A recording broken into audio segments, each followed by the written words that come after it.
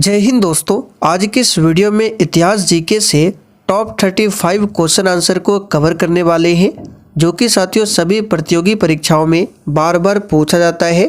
तो साथियों आप किसी भी कॉम्पिटिटिव एग्जाम की तैयारी करते हो तो आज का ये 35 क्वेश्चन आपके लिए काफ़ी ज़्यादा इम्पोर्टेंट रहेगा, इसलिए साथियों आप सभी पूरा वीडियो को ध्यान से देखिए।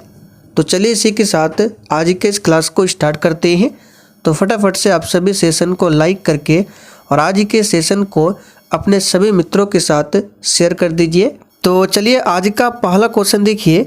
इतिहास के पिता की पदवी सही अर्थों में निम्न में किससे संबंधित है? बिल्कुल आपको सोच समझकर आंसर करना है। तो यहाँ पर क्वेश्चन नंबर 1 के लिए आंसर हो जाएगा ऑप्शन ए हेरोडोटस को, यानी कि इतिहास का पिता किसे कहा जाता है? तो आपको याद रखना है हेरोडोटस को इतिहास का पिता कहा जाता है। चलिए अगला क्वेश्चन देखिए। कलहन की पुस्तक का नाम क्या है? तो साथियों ये क्वेश्चन कई बार एग्जाम में पूछा हुआ है, इस पर आप सभी स्टार मार्क कर लीजिए। कलहन की पुस्तक का नाम क्या है? तो याद रखिएगा राजतरंगिणी कलहन की पुस्तक का नाम है। इंडिका की बात करें तो याद रखिएगा ये मेगास्थनीज की पुस्तक का नाम है इंडिका। अगला क्वेश्चन देखिए। अष्टाध्यायी किसके द्वारा लिखी गई है?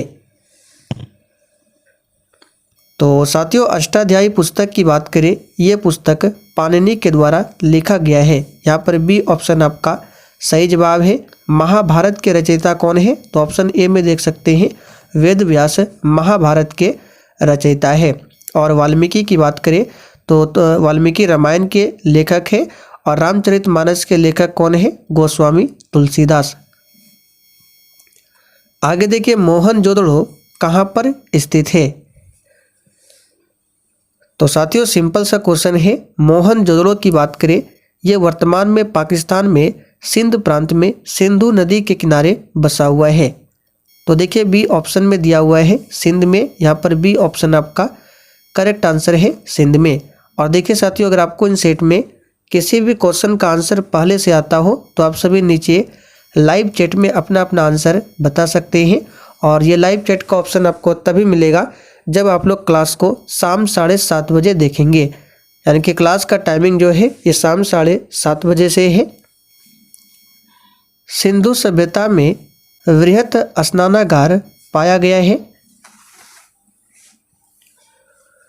तो साथियों सिंधु सभ्यता में जो वृहत स्नानागार है ये मोहनजोदड़ो में पाया गया है। ये क्वेश्चन भी काफ़ी बार एग्जाम में पूछा हुआ है, इस पर भी आप सभी स्टार मार्क कर लीजिए। तो आपको ध्यान रखना है मोहनजोदड़ो में मिला है वृहत स्नानागार। आगे देखिए जैन परंपरा के अनुसार जैन धर्म में कुल कितने तीर्थंकर हुए हैं? तो साथियों जैन परंपरा के अनुसार जैन धर्म में टोटल 24 तीर्थंकर हुए हैं। और इस 24वें यानी आखिरी तीर्थंकर का नाम क्या है? तो याद रखिएगा महावीर स्वामी। बार बार पूछा जाता है क्या नाम है? महावीर स्वामी। महावीर स्वामी के बचपन का नाम क्या था? तो याद रखिएगा वर्धमान।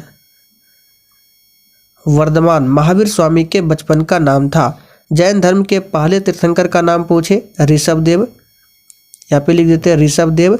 23वें तीर्थंकर का नाम अक्सर पूछा जाता है, यह है पार्श्वनाथ। क्या है? पार्श्वनाथ। इन सारे फैक्टों को ध्यान रखना है। आगे देखिए गुप्त वंश का संस्थापक कौन था? तो साथियों यहाँ पे दो तरह के क्वेश्चन बनेंगे। एक गुप्त वंश का संस्थापक कौन था, तो आपको आंसर करना है श्रीगुप्त। लेकिन गुप्त वंश का वास्तविक संस्थापक पूछे तो यह है चंद्रगुप्त प्रथम। आगे देखिए तराइन की पहली लड़ाई जो कि 1191 में होती है, ये किनके बीच में हुई थी? तो साथियों ये क्वेश्चन भी बार बार पूछा जाता है तराइन का पहला युद्ध और दूसरा युद्ध। तो पहली लड़ाई 1191 में हुआ था और ये हुआ था मोहम्मद गोरी और पृथ्वीराज चौहान के बीच में। और इस युद्ध में पृथ्वीराज चौहान जीत जाता है और मोहम्मद गोरी की हार होती है। लेकिन तराइन का जो दूसरा युद्ध हुआ था 1192 में इसमें उल्टा हो जाता है, पृथ्वीराज चौहान की हार हो जाती है और मोहम्मद गोरी विजयी होता है। आधुनिक भारत में हिंदू धर्म में पहला सुधार आंदोलन कौन सा था? तो प्यारे साथियों, आधुनिक भारत में हिंदू धर्म में पहला सुधार आंदोलन था ब्रह्म समाज, जिसकी स्थापना 1828 में राजा राम मोहन राय ने किया था। राजा राम मोहन राय को राजा की उपाधि किसने दिया था? तो अकबर द्वितीय ने। आर्य समाज की स्थापना 1875 में किया था। किसने? तो स्वामी दयानंद सरस्वती ने। भारत में अंग्रेजी शिक्षा किसके द्वारा लागू की गई थी? यहाँ से भी दो तरह के क्वेश्चन बनेंगे। अगर आपसे पूछे कि भारत में अंग्रेजी शिक्षा का जनक कौन है, तब आपको आंसर करना है लॉर्ड मैकाले। लेकिन अंग्रेजी शिक्षा को भारत में लागू किसने किया था, तब आपका आंसर हो जाएगा विलियम बेंटिक ने। यहाँ पर डी ऑप्शन आपका सही जवाब है। लॉर्ड विलियम बेंटिक भारत के प्रथम गवर्नर जनरल थे। इन्होंने ही 1829 में सती प्रथा का अंत किया था और इसमें सहयोग दिया था राजा राम मोहन राय ने। 1857 के विद्रोह के समय भारत का गवर्नर जनरल कौन था? तो साथियों, इसका सही जवाब है लॉर्ड कैनिंग। यहाँ पर देखिए सी ऑप्शन में दिया हुआ है लॉर्ड कैनिंग। किस गवर्नर जनरल के कार्यकाल के दौरान भारतीय राष्ट्रीय कांग्रेस बनी थी? बिल्कुल एग्जाम में छपने वाला क्वेश्चन है, इसलिए साथियों आप लोग एक भी क्वेश्चन को स्किप ना करें। तो भारतीय राष्ट्रीय कांग्रेस की स्थापना जो है 28 दिसंबर 1885 को किया था। किसने? तो A.O. ह्यूम ने। और किस गवर्नर जनरल के कार्यकाल में? लॉर्ड डफरिन के कार्यकाल में। तो यहाँ पर सी ऑप्शन जो ही बच्चे बता रहे हैं उनका बिल्कुल करेक्ट आंसर है Lord Dufferin. A nation in the making नामक पुस्तक किसने लिखी है? तो साथियों ध्यान दीजिए, a nation in the making पुस्तक को लिखा है सुरेंद्र नाथ बनर्जी ने। यहाँ पर सी ऑप्शन आपका करेक्ट आंसर है सुरेंद्र नाथ बनर्जी ने। भारतीय क्रांति की जननी किसे कहा गया है? तो साथियों, भारतीय क्रांति की जननी जो है ये कहा गया है मैडम भिकाजी रुस्तम कामा को। यहाँ पर डी ऑप्शन जो ही बच्चे बता रहे हैं उनका बिल्कुल करेक्ट आंसर है। श्रीमती एनी बेसेंट की बात करें, ये भारतीय राष्ट्रीय कांग्रेस की प्रथम महिला अध्यक्ष थी।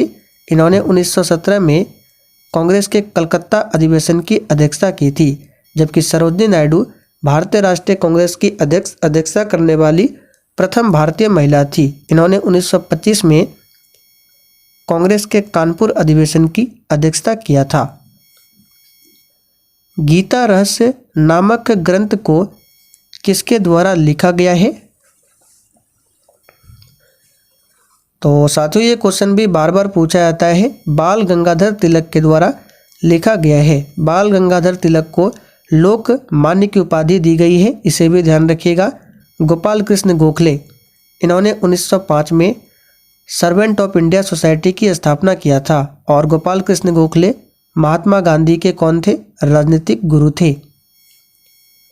जय हिंद का नारा किसने दिया था? तो साथियों आसान क्वेश्चन है, जय हिंद का नारा सुभाष चंद्र बोस ने दिया था। विजयनगर साम्राज्य की स्थापना कब होती है? चलिए क्वेश्चन नंबर 18 के लिए आंसर बताइए। और साथियों अगर आपका जीके जीएस वीक है तो आप लोग डेली क्लास को अटेंड कीजिए और साइड में कॉपी लेके जरूर बैठिए और इस प्रैक्टिस शीट में जितने भी आपके क्वेश्चन सही हो रहे आप लोग साइड में लिखते चलिए। फिर सेशन के लास्ट में आपको कमेंट करके बताना है कि आपने आज के 35 क्वेश्चन में कितने क्वेश्चन के सही सही आंसर किए हैं।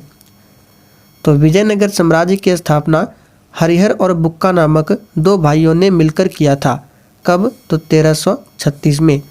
यहाँ पर पहला ऑप्शन आपका सही जवाब है। विजयनगर साम्राज्य की राजधानी कहाँ पर थी? तो हम्पी। कश्मीर का शासक जो कश्मीर का अकबर नाम से जाना जाता है वह कौन है? सही जवाब है जैनुल आबदीन है। पानीपत की तीसरी लड़ाई किनके बीच में होती है? देखिए एसएससी का फेवरेट क्वेश्चन है। पानीपत का तीनों युद्ध आपको ध्यान रखना है। प्रथम युद्ध 1526 में बाबर और इब्राहिम लोदी के बीच में हुआ था।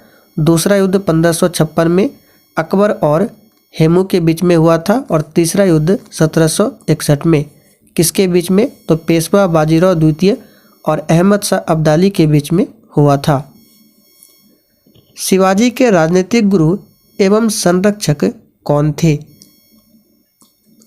सही आंसर है दादाजी कोंडदेव। ध्यान रखना है, दादाजी कोंडदेव कौन थे? शिवाजी के राजनीतिक गुरु एवं संरक्षक थे।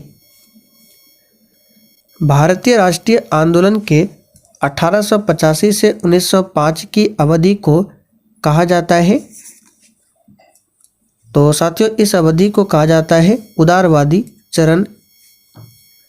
भारतीय राष्ट्रीय कांग्रेस की पहली बैठक किस शहर में हुई थी? इस क्वेश्चन पर आप सभी डबल ट्रिपल स्टार मार्क कर लीजिए, बार बार पूछा जाता है। तो दोस्तों भारतीय राष्ट्रीय कांग्रेस की पहली बैठक 1885 में हुआ था। कहाँ पर? बम्बई में। तो देखिए बी ऑप्शन में दिया हुआ है। और इस अधिवेशन की अध्यक्षता किसने किया था? तो WC बनर्जी यानी कि व्योमेश चंद्र बनर्जी ने। निम्नलिखित कांग्रेसी नेताओं में से किसको भारत का महान वृद्ध व्यक्ति कहा जाता है? तो इस क्वेश्चन को हमने पहले भी आपको बहुत बार बताया है। दादा भाई नौरोजी को भारत का वृद्ध पुरुष कहा जाता है। किसने कहा था तुम मुझे खून दो मैं तुम्हें आज़ादी दूंगा? तो सिंपल सा क्वेश्चन है, सुभाष चंद्र बोस का यह नारा है। देश बंधु की उपाधि किससे संबंधित है? सही आंसर है बी ऑप्शन चित्तरंजन दास। याद रखिएगा, आप लोग कमेंट करके बताइए दीन बंधु की उपाधि किससे संबंधित है। वर्ष 1919 में जालियांवाला बाग हत्याकांड कहां पर हुआ था? तो साथियों वर्ष 1919 में जालियांवाला बाग हत्याकांड पंजाब के अमृतसर में हुआ था। स्वतंत्र भारत के प्रथम महाराज्यपाल यानी गवर्नर जनरल कौन थे?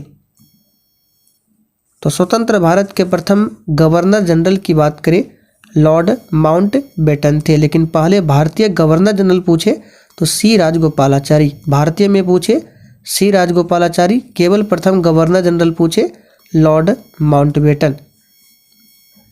आनंद मठ के लेखक कौन है? तो देखिए साथियों आनंद मठ के लेखक कौन है? बंकिम चंद्र चटर्जी है। स्वतंत्र भारत का अंतिम गवर्नर जनरल कौन था? तो साथियों स्वतंत्र भारत का पूछा गया है और अंतिम पूछा गया है, तो यहाँ पर आंसर होगा सी राजगोपालाचारी। गोदान और गबन दोनों एक ही लेखक की रचनाएं हैं, उनका नाम क्या है? वेरी वेरी इंपॉर्टेंट क्वेश्चन है, स्टार मार्क कीजिए। तो साथियों गोदान और गबन मुंशी प्रेमचंद की रचनाएं हैं। यहाँ पर बी ऑप्शन आपका करेक्ट जवाब है। बनारस हिंदू विश्वविद्यालय यानी कि BHU इसके संस्थापक कौन थे?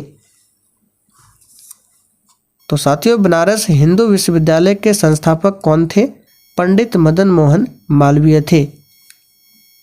लॉर्ड मैकाले किससे संबंधित है? तो अभी हमने थोड़ी देर पहले आपको बताया था भारत में अंग्रेजी शिक्षा का जनक लॉर्ड मैकाले को कहा जाता है, तो ये अंग्रेजी शिक्षा से संबंधित है। जहांगीर के दरबार में पक्षियों का सबसे बड़ा चित्रकार कौन था? चलिए वेरी इंपॉर्टेंट क्वेश्चन है। तो साथियों ये था मंसूर। यहाँ पर पहला ऑप्शन आपका सही जवाब है। यहाँ पर ये क्वेश्चन इस तरह से भी पूछ सकता है कि जहांगीर के दरबार में मंसूर क्या था? तो याद रखिएगा चित्रकार था। किस बादशाह के अंतर्गत मुगल सेना में सबसे अधिक हिंदू सेनापति थे? सही आंसर है औरंगजेब के दरबार में क्या थे? सबसे अधिक हिंदू सेनापति। तो चलिए साथियों, आज के लिए इतना ही। अब आप लोग कमेंट करके बता दीजिए आपने आज के 35 क्वेश्चन में कितने क्वेश्चन सही किए हैं।